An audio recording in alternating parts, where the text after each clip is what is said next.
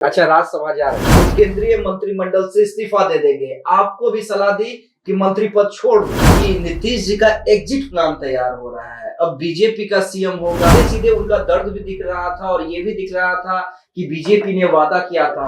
अरुण भारती का कल आपने बयान कितना बढ़िया शायरी लिखा, वक्त ने किया क्या हंसी सितम, हम रहे ना हम तुम रहे ना। मांझी कहा भैया मुसर का एक बेटा मुख्यमंत्री बने हैं, तो कभी सपने में वो भी नहीं सोचा। बात तो माननी चाहिए ना, क्योंकि जीतन राम मांझी जी ने खुद कहा कि संतोष अमर बातें नहीं मानता है। हम लोग लड़ाई करा देते हैं, हम करवाते हैं, हम कहाँ करवाते हैं, कुछ बोल देते हैं, कभी आप लोग की तरफ से आ जाता है, कभी अरुण भारती जी शायरी लिख देते हैं, उसमें हम कहाँ हैं, अमित झा कहाँ हैं। हमका मतलब कुछ और होगा, उनका आप जबरदस्ती कंट्रोवर्सी चाह रहे हैं, तो मैं तो इस कंट्रोवर्सी में नहीं फंसा। देखिए, एक्सक्लूसिव संतोष सुमन हमारे साथ हैं, और संतोष सुमन इसलिए खास है क्योंकि बड़े चर्चा में है। चर्चा में इनसे ज्यादा जीतन राम मांझी जी हैं और इनकी पार्टी है। अब देखिए, संतोष सुमन का अभी तक इस पे कोई बयान नहीं आया था। पहली बार स्वराज पोस्ट पे संतोष सुमन एक्सक्लूसिव। संतोष जी, पहले तो बहुत बहुत स्वागत है आपका। जी बहुत धन्यवाद। क्या कहेंगे, गांधी मैदान वगैरह भरने की तैयारी कर रहे हैं? पिताजी ने कह दिया है कि गांधी मैदान भरो। समय आएगा तो जरूर भरेंगे, और राजनीति में तो आप जानते ही हैं कि इस तरह के कार्यक्रम होते रहते हैं, पहले भी हम लोग किए हैं। तो अभी समय नहीं है, समय आएगा। हम लोग सब तरह की एक्टिविटी करते हैं, उसमें गांधी मैदान भी एंड में होता ही है, कार्यकर्ताओं में जोश लाने के लिए। तो निश्चित तौर पर समय आएगा तो करेंगे। नहीं तो आप तो सोच रहे होंगे 29-30 के लिए ना, गांधी मैदान भरने के लिए, फिर लोकसभा आएगा, फिर विधानसभा आएगा, तो फिर संतोष सुमन हम पार्टी अपनी ताकत दिखलाएगी। लेकिन आदेश तो हाल फिलहाल का मिल गया है ना। ना ऐसा कोई बात नहीं है। देखिए, सारी चीज, कोई भी कार्यक्रम होता है उसको बैठ के तय किए जाते हैं। उस कार्यक्रम में क्या परेशानी आएगी, कैसे उसको हम लोग टैकल करेंगे, और कौन कौन लोग इसमें हिस्सा लेंगे, एक प्लानिंग का हिस्सा होता है, एक दिन का नहीं होता है। इसलिए अभी हम लोग के पार्टी के एजेंडा में इस तरह की कोई बात नहीं है, और जब आएगा तो निश्चित तौर पर आप सबको भी बताएंगे। संतोष सुमन बात क्यों नहीं मानते हैं जीतन राम मांझी जी? बात तो माननी चाहिए ना, क्योंकि जीतन राम मांझी जी ने खुद कहा कि संतोष अमर बातें नहीं मानता है। अब पता नहीं आप किस परिप्रेक्ष्य में बात बोल रहे हैं। मुझे जहाँ तक जानकारी है कि हमने अपने जीवन में राजनीतिक फैसला हो चाहे पारिवारिक फैसला हो, सब उनके कहने पर ही किया है। लेकिन आप किस परिप्रेक्ष्य में कौन से बात को कोट कर रहे हैं, मुझे इसकी जानकारी नहीं है। नहीं, उन्होंने कहा था ना जीतन राम मांझी ने कि हमने संतोष को कहा कि छोड़ दो, लेकिन संतोष मेरी बात नहीं मानते हैं। ना ऐसी कोई बात नहीं है, ऐसा स्मरण में मुझे नहीं है। और आप जो बोल रहे हैं कि और क्या बोल रहे हैं, मेरी समझ में भी नहीं आ रहा है। अच्छा, कहीं पर ऐसी कोई बात नहीं है। हम लोग बड़ी ट्रांसपेरेंट हैं, और हर काम पूछ के एक दूसरे से, पार्टी भी हम लोग चलाते हैं, तो सबकी सहमति से सब पार्टी के जितने लोग होते हैं, और कोई डिसीजन जब भी पार्टी का होता है, चाहे वो बड़ा डिसीजन लेना हो, राजनीतिक डिसीजन लेना हो, तो पार्टी की कार्यकारिणी की अपनी एक बैठक होती है, उस कार्यकारिणी में डिसीजन होता है। तो संतोष सुमन एक राष्ट्रीय अध्यक्ष है, इसका ये मतलब नहीं है कि अपने आप में सुप्रीम है।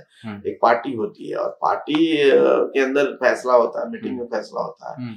इसलिए ऐसी कोई बात नहीं है, ना पार्टी स्तर पर ऐसी कोई बात आती है। और देखिए, किसी व्यक्ति का अपना निजी राय हो सकता है, उसमें हम कुछ कह नहीं सकते हैं। लेकिन जहां तक इस तरह की बात आप जो जानना चाह रहे हैं, ऐसी कोई जानकारी नहीं। अच्छा, राज्यसभा जा रहे हैं, मतलब आपके पार्टी से राज्यसभा की तैयारी चल रही है? अब देखिए, अभी तक वही वाली बात होगी ना, 9 मन तेल होगा ना राधा नाचे। ऐसी कोई बात ही नहीं है, और न ही हमने पार्टी स्तर पर कहीं उस फोरम में हमने ऐसी कोई बात रखी है। ये सब स्पेकुलेशन है, इस तरह का आकलन करके लोग इस तरह की बातें करते हैं। संतोष जी आपके सामने, हालांकि मैं आपका बॉडी लैंग्वेज देख रहा था, और मैंने उस पर कल खबर भी चलाया है कि आप अनकंफर्टेबल थे जब जीतन राम मांझी बोल रहे थे इन चीजों को, लेकिन आपके सामने, पार्टी के नेताओं के सामने जीतन राम मांझी ने इतना बड़ा बयान दे दिया कि राज्यसभा इस बार नहीं मिलेगा तो केंद्रीय मंत्रिमंडल से इस्तीफा दे देंगे, आपको भी सलाह दी कि मंत्री पद छोड़ दो।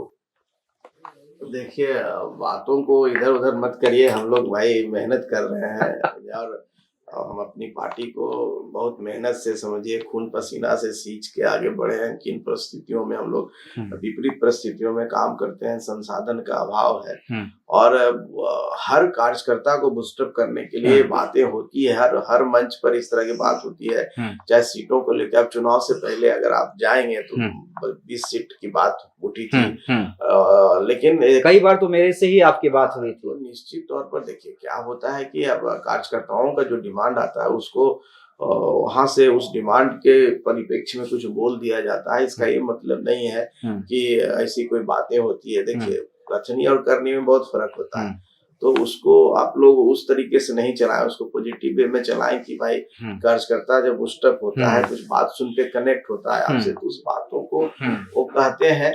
ठीक है, हाँ, हो सकता है कि उनकी बातों से मुझे अनकंफर्टेबिलिटी महसूस होती है और कहने का तरीका हो सकता है गलत है, लेकिन कुछ लोग कनेक्ट भी होते हैं, तो उनका अपना यूएसपी है, उस तरह की राजनीति करते हैं, तो उस राजनीति पर मैं टिप्पणी नहीं कर सकता हूँ। मैं इतना जानता हूँ, मसाला देते रहते हैं हम लोग को। अब देखिए आप लोग का काम ही यही है कि अच्छी बात तो दिखाएंगे नहीं, जो बातें उस अरे भाई दिखलाते हैं ना, दिल से बोलते हैं जीतन राम मांझी, जब भी बोलते हैं दिल से बोलते हैं। नहीं आप लोग तो भाई उसी तरीके से लेते हैं, लेकिन ठीक है, आपका काम है, आपके ऊपर टिप्पणी मैं नहीं करूंगा। लेकिन पार्टी विचारधारा से है, राजनीतिक पार्टी हमारी है और हम एनडीए के साथ हैं, और हम एक बात को हम जानते हैं कि हम हमेशा विचारधारा के साथ रहे हैं, और चाहे वो बिहार में शक्ति परीक्षण की बात हो, चाहे लोकसभा का चुनाव हो, विधानसभा का चुनाव हो, हमने कभी किसी चीज के लिए मारा मारी नहीं किया। नहीं आप हमारे तरफ से कभी इसी बात सुने होंगे। तो पार्टी को हम विचारधारा के साथ कहीं है तो है, अगर हम एनडीए के साथ है तो मेरी विचारधारा है। हम चाहते हैं कि बिहार के गरीबों का विकास हो, बिहार के गरीब आगे बढ़े, और उसके लिए जो भी कुर्बानी देना होगा हम देने के लिए तैयार हैं। और इतना हम इस बात से भी सहमत हैं, अगर हम मेहनत करते हैं और हम सही डायरेक्शन में काम कर रहे हैं, तो जो देने वाला लोग होता है ना, उस बात का आकलन करता है, एनालिसिस करता है, और एनालिसिस करके वो आपका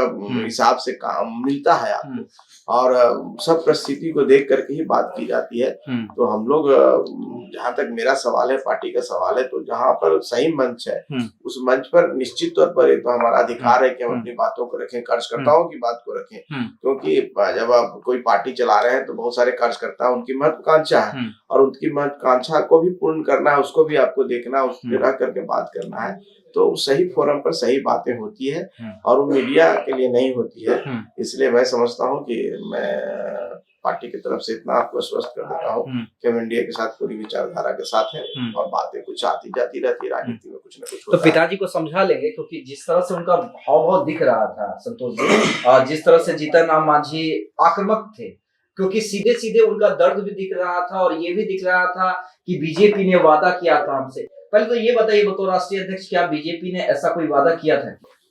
देखिए ये सब बातें बहुत ज्यादा बोलने से तूल पकड़ता है। एक ऐसी कोई बात नहीं, जो भी बातें पर्दे के पीछे होती है वो बातें मीडिया के लिए नहीं होती है।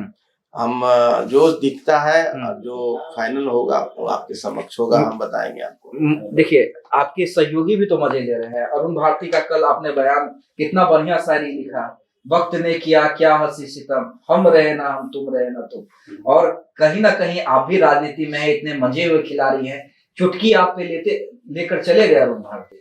ना ऐसी बात नहीं है। अरुण भारती जी हमारे भाई हैं, और एक पार्टी के वही प्रतिष्ठित नेता हैं। हम नहीं समझते हैं कि अरुण भारती जी ऐसी छोटी बातें करेंगे, और उनका कहने का मतलब कुछ होगा, और आप हमसे जोड़ रहे हैं। हम लिखा हो इसलिए हमसे जोड़, तो हमको कोट किए थे ना वो। नहीं हमको कोट नहीं, हम का मतलब बहुत है, व्यापक है। हम का मतलब है कि पूरा सबको अगर लेके चले हम का मतलब कुछ और होगा उनका। आप जबरदस्ती कंट्रोवर्सी फैलाना चाह रहे हैं, तो मैं तो इस कंट्रोवर्सी में नहीं फंसता हूँ। मैं सबका नहीं कहते हैं लोग कि भाई जब भी चिराग की चर्चा होती है तो मांझी थोड़ा अनकंफर्टेबल हो जाते हैं, ऐसा है क्या? ना ऐसी कोई बात नहीं है, ऐसा बात होना भी नहीं चाहिए। देखिए हम राजनीति कर रहे हैं, गरीबों की राजनीति कर रहे हैं, वो भी उस समाज को आगे बढ़ाने का काम कर रहे हैं, हम भी उस समाज को आगे बढ़ा रहे हैं। हमारा जब मोटिव एक है और एक मोटिव है, तो हम अलग रास्ते से चल रहे हैं, लेकिन मंजिल हमारा वही है। कहने का मतलब है कि हमको उस टारगेट ग्रुप को आगे बढ़ाना है, उनको अपलिफ्ट करना है, उनको अवेयर करना है। तो हम अलग कैसे हमारी विचारधारा हो सकती है? हमारी विचारधारा एक है, इसलिए तो हम एनडीए में है। हाँ, करने का तरीका अलग हो सकता है, इम्प्लीमेंटेशन हम अपने अलग अलग तरीके से करते हैं। इसलिए हमको नहीं लगता है कहीं पर इस तरह की कोई कंट्रोवर्सी और इस तरह का कोई विभेद है। सब एक है, सब एनडीए के विचारधारा के साथ। लेकिन आपके पिता ने आपके लिए एक सपना देख के रखा है संतोष जी। थोड़ा देखिए, एक पिता के रूप में भी अगर हम देखते हैं, एक सिर्फ एनडीए में के अंदर जो राजनीति चल रही है उसको लेकर नहीं, आपके पिता ने संतोष सुमन के एक सपना देखा है कि मंत्री ही ना रहे, उससे भी आगे बढ़े, मुख्यमंत्री तक जाए। तो कहीं ना कहीं वो संघर्ष का रास्ता तो अपनाना होगा ना। संतोष सुमन क्या सोचते हैं इस बारे में? देखिए, जब कोई भी व्यक्ति किसी फील्ड में रहता है तो टॉप कोई और देखता है, नीचे तो नहीं देखेगा। तो आदमी के, हर व्यक्ति का अपना एक महत्वाकांक्षा और देखना भी नहीं चाहिए।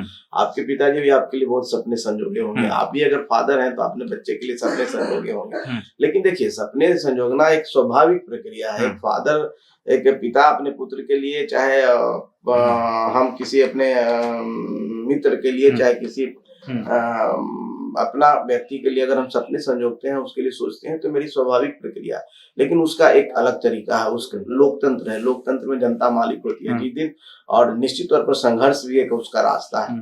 तो और एक दिन की प्रक्रिया नहीं है। अगर आज इतने बड़े बड़े नाम है, लालू प्रसाद जी का नाम है, नीतीश कुमार जी का नाम है, आदरणीय नरेंद्र मोदी जी का नाम है, तो एक दिन का नाम नहीं है ना। जितना राम मांझी जी का भी नाम है, तो एक दिन का नाम नहीं। जितना राम मांझी कहा भैया मुसर का एक बेटा मुख्यमंत्री बने हैं, तो कभी सपने में वो भी नहीं सोचे होंगे। तो कहने का मतलब है कि सपने तो संजोगना चाहिए, सपना देखना चाहिए। और एक पिता तो निश्चित तौर पर अपने बच्चों के लिए सपने देखता है, तो उनकी एक स्वाभाविक सोच है और उनका मैं सम्मान करता हूँ। लेकिन मैं इतना जानता हूँ कि सब चीज संघर्ष भी करना है, तो तरीके से संघर्ष अगर करेंगे, सही डायरेक्शन में संघर्ष करेंगे, और मेरा संघर्ष में अगर समर्पण है और हमारे संघर्ष में अगर अच्छाई है, तो निश्चित तौर पर वो सपना भी पूरा होगा। लेकिन ये जरूरी नहीं है कि सपना आज ही पूरा हो, सपने होंगे पूरे। लड़के ही हो, साथ लेके भी हो सकता है। नहीं, लड़के साथ, देखिए संघर्ष का तरीका, अगर आप साथ भी हैं तो साथ भी रह के आप संघर्ष कर सकते हैं। हर तरह का अपना अपना तरीका होता है। तो मेरा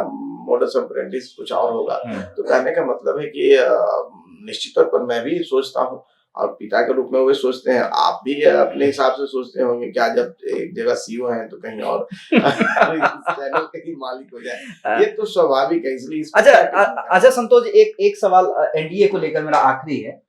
नीतीश जी के दिल्ली गए थे, उसके बाद कई चैनलों ने ये खबर चलाई है कि नीतीश जी का एग्जिट प्लान तैयार हो रहा है। अब बीजेपी का सीएम होगा, निशांत डिप्टी सीएम होंगे।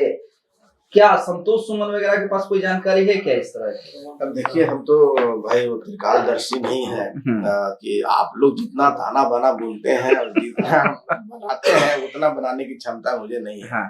अब कोई भी राजनीति में मैंने तो देखा है, बहुत नजदीक से देखा है, बहुत अंदर से भी देख रहे हैं क्या होता है, आप लोग क्या चलाते हैं, अंदर क्या बातें होती, कहीं पर सत्यता तो मुझे नजर नहीं आती। कहीं कहीं तुक्का मार के आप लोग सत्य बना देते हैं। तो इसी तुक्का मारते रहिए, चलाते रहिए। नीतीश जी बने रहेंगे? आज तो है, यथार्थ तो ही है, और आज भी उनके अंदर काबिलियत है, उनके अंदर क्षमता है। नीतीश कुमार ने 20 सालों से बिहार को जो दिया है, कोई योगदान कोई नहीं दिया है। ये आने वाला पुरखों तक मैंने इतिहास में दर्ज होगा। और जब तक नीतीश कुमार जी हम समझते हैं कि स्वस्थ हैं, हमको नहीं लगता है कि उनका कोई रिप्लेसमेंट है बिहार का। चिराग से कोई लड़ाई नहीं ना? क्यों लड़ाई रहेगा भाई, किस बात की लड़ाई रहेगा? लड़ाई तो कोई हमारे कोई खेत तो नहीं जोत रहे हैं। राजनीति में तो सबका खुला मंच है ना। आप मेहनत कीजिएगा, आप भी, जनता आपको पसंद करेगी तो आपको मौका मिलेगा। और राजनीति तो ऐसा खेल है, आप भी देख रहे होंगे, तो कुछ किस्मत का भी खेल होता है, कुछ संघर्ष का, कुछ मेहनत का। तो राजनीति में बने रहिएगा तो निश्चित तौर पर एक दिन आपका भी आएगा। इसलिए चिराग जी से और कभी कुछ नहीं है। और चिराग जी अगर अच्छे पद पर जाएंगे तो मैं उनको शुभकामना दूंगा। और हम तो चाहते हैं कि हम सब मिल करके, क्योंकि हमारा तो एजेंडा एक ही है ना। और हम क्या करते हैं, आप लोग हम लोग लड़ाई करा देते हैं, हम करवाते हैं। हम कहाँ करवाते हैं, कुछ बोल देते हैं, कभी आप लोग की तरफ से आ जाता है, कभी अरुण भारती जी शायरी लिख देते हैं, उसमें हम कहाँ हैं, अमित झा कहाँ हैं? नहीं, आप ही लोग ज्यादा करते हैं। हम एक चीज कहते हैं, जैसे हम दलित की अगर राजनीति करते हैं, गरीबों की राजनीति करते हैं, तो दलित के सारे नेता, गरीब के सारे नेता एक होकर के पुश करेंगे तो ज्यादा इम्पैक्टफुल होगा कि नहीं। इसलिए अलग अलग अगर कोई सोचता है कि हम अकेले करेंगे तो ऐसी कोई बात नहीं होती है।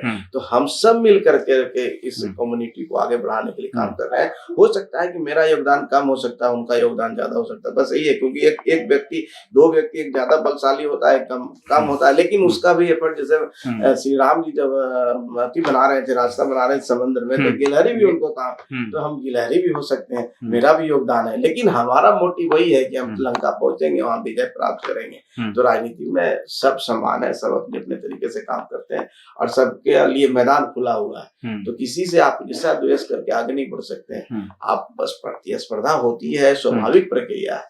तो हम उस वे में, पॉजिटिव वे में हम इसको लेते हैं और हम सब मिल करके बिहार को आगे बढ़ाएंगे, बिहार के वासियों को वो सपना पूरा करेंगे, राज्य को उस विकसित राज्य में शामिल करेंगे। चलिए, देखिए संतोष सुमन, देखिए इनकी एक बात की तो प्रशंसा करनी होगी, और जब भी मैं आता हूं उनसे खबर निकालने के लिए, ये कोई खबर नहीं देते हैं, बल्कि पहले जो खबर चल रही होती है उसे विराम लगा देते हैं।